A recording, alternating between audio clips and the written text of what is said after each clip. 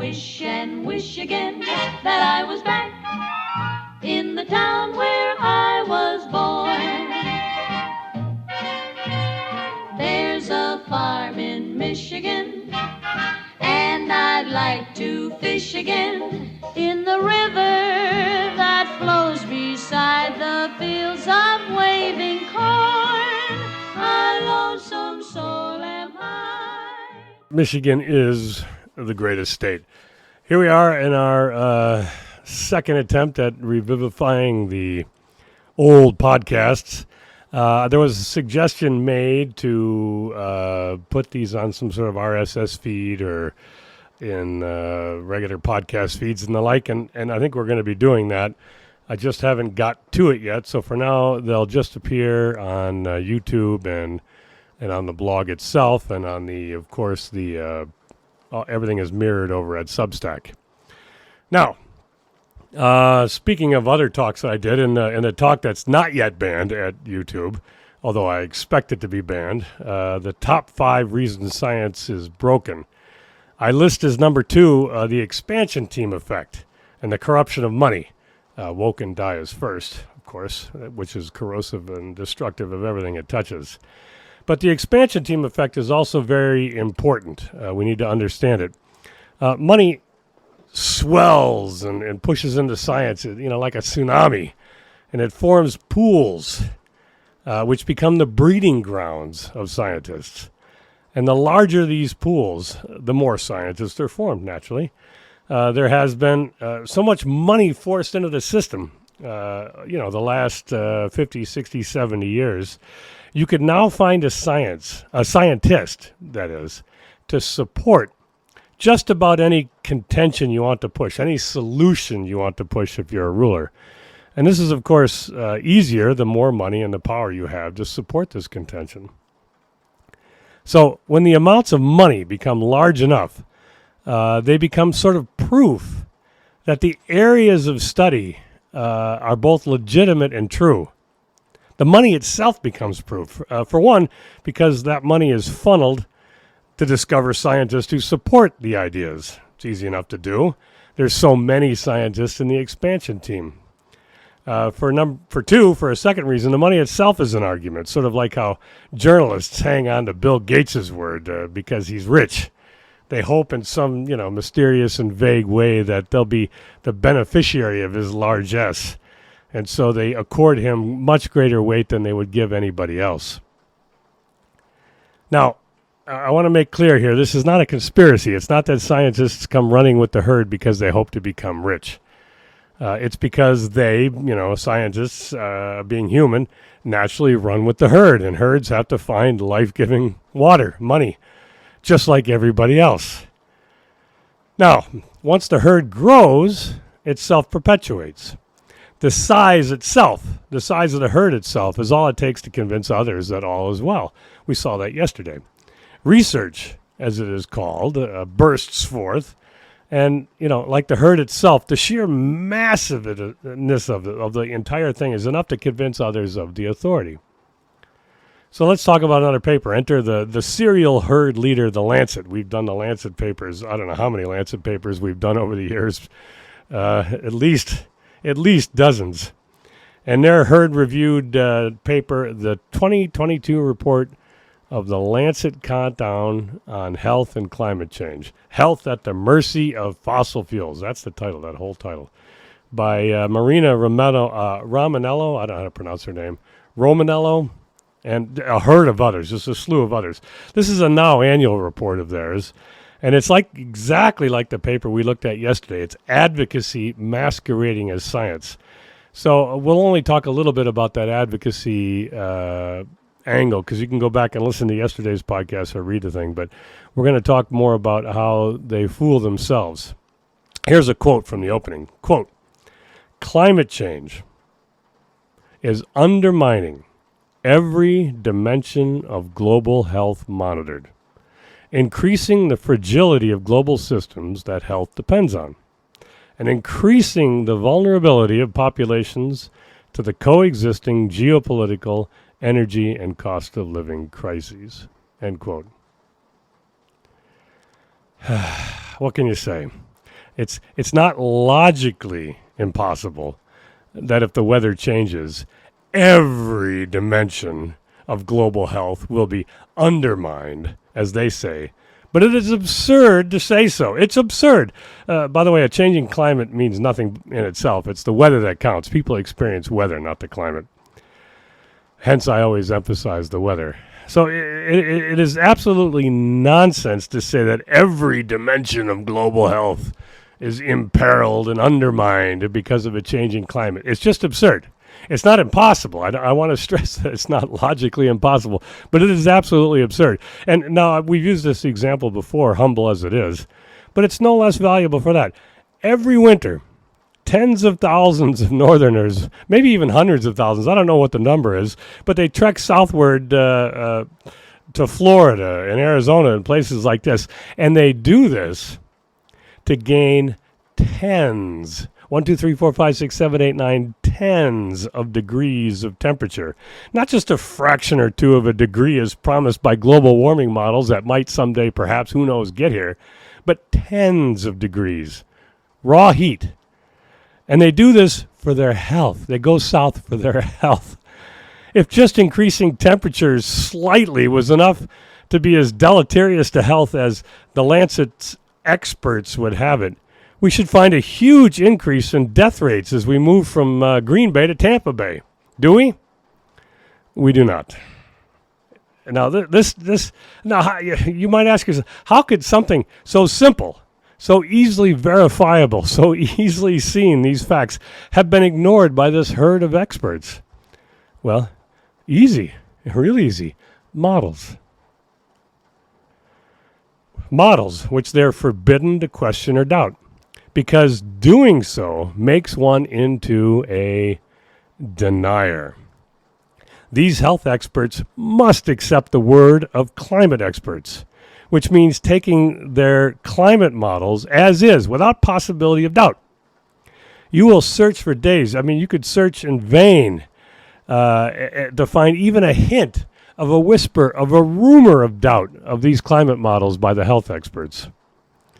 The climate models then become input, usually directly, but sometimes indirectly, into the health experts' own models. And of course, climate experts will not and must not question the health experts' models with all their wee p-values and the like. Nor must any other experts outside health and climate question either of them either. Questioning just is not part of the expertocracy. Everybody is in their little silos and taken to be experts, and you may not question it, otherwise you become a denier. Now, what I call the multiplication of uncertainties is completely ignored. Now, I have a link to this article, which you should read if you don't remember this thing. But think about it this way. The data that goes into both climate and health models has some uncertainty attached to it. More so, of course, for climate models. The data itself is not certain that drive these models. This uncertainty is ignored. The climate models, on top of all this, also have uncertainty. That is ignored. The model's output is fed into the health models as if it is perfect. And the health models themselves have uncertainty, which is also ignored. Now, the end result should be a multiplication of uncertainties at each step in this kind of a thing, such that there should not be much, if any, trust left in this long string of modeling. There should be immense doubt. However, there is none. Doubt is not allowed. Doubt is disloyal. The enormous mass of research, as I say, becomes its own proof of its correctness. The whole becomes an appeal to the swelling bureaucracy, a fallacy in the same line as appeal to authority, a well-beloved fallacy at that. Now, I'm just going to give one example from the paper. It's somewhat long. To prove my contention, just stick with me on this. Here's a quote. Quote, "Insufficient climate change adaptation efforts have left health systems vulnerable to climate change-related health hazards." I'll stop there with end quote. That's just false. It's absurd. Of course, Health systems are adapting all the time to all sorts of changes and pressures, so this is absurd. Okay, back to the quote. Only 48 of 95 countries have assessed their climate change adaptation needs, and only 63% of countries reported high to very high implementation status for their health emergency management in 2021. Increasing adaptation to climate change has the potential to simultaneously improve the capacity of health systems to manage both future infectious disease outbreaks and other health emergencies, end quote. Now, if that isn't as pure an instantiation of bureaucracy as you've seen, then you just don't know bureaucracy. What is all this nonsense, these health adaptation needs and 63%, 48 out of 95? In other words, there's some bureaucratic form that's being filled out that checks boxes and all this kind of stuff that committees and in each country are filling out and reporting back. It's just a lot of nonsense. It's just pure bureaucratic nonsense. And let me just prove it to you how easy it is to lie to oneself. Just how easy it is to lie to oneself. So they have a picture. You can go on the blog and look at this. It's the percentage point change in reporting something called moderate to severe food insecurity. Now, this is the percentage point change in reporting moderate to severe food insecurity. Now, what the hell is that? In 2014, there's like a 9% change, and it goes up to 10% by 2015, and boom, boom, boom, boom, boom, up to 2020, it's like 15, 16% increase in this reporting of moderate to severe food insecurity. Now, here's what you need to understand. This is very important. This is the proof that it's the bureaucracy we're dealing with here. By food insecurity, they do not mean lack of food or lack of eating or starvation or anything like that. This food insecurity is a derived measure, not a real one. It is a model. It is a model. It is a derived measure. It is only meant as proof of how bad things are known to be in the minds of researchers when they can't find actual bad things like famines. So they make things like this food insecurity up to reassure themselves they're right. And we can prove this to ourselves extremely easily. Here's a contrast. The actual rice and corn production. I think I'm going to do just corn production. I think I have a picture of just corn production throughout the world, from several major countries, India, Russia, China, United States, from 1960, I think it is. This is from Our World in Data until now. It is pretty much an increase, if you like. You can even call it an exponential increase. There's a nice curve sloping upwards in an exponential fashion. Corn production has done nothing but increase, and increase again. With a couple of times, years here and there, it decreases a little bit, but overall, it has increased dramatically. Now, this is the same. You can see the same signal in rice and nuts and cereals and so forth, all available at the link on the blog. So the model, this food insecurity model to the Lancet, to the experts at the Lancet, becomes realer than reality. So they've ignored the very simple, the very easy to find. I mean, it took me 30 seconds, perhaps even less, to find the reality. The reality is that food is everywhere. Food production is everywhere up in food security, insecurity. This model is nothing to do with reality. The deadly sin of reification has been committed and sworn to by a herd of scientists. The model has become realer than reality. This happens in science time and again, where their own views of the way the world should work replace the way the world does work. And the mass itself, the very mass of scientists, are what become the agent that convinces others that this sin is instead a virtue. Well, that's it until this time. Happy trails until we meet again.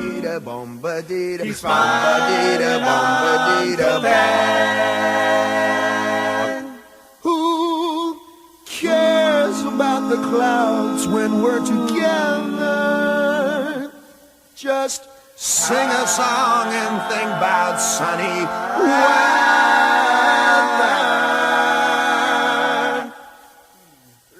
Happy trails to you till we meet again.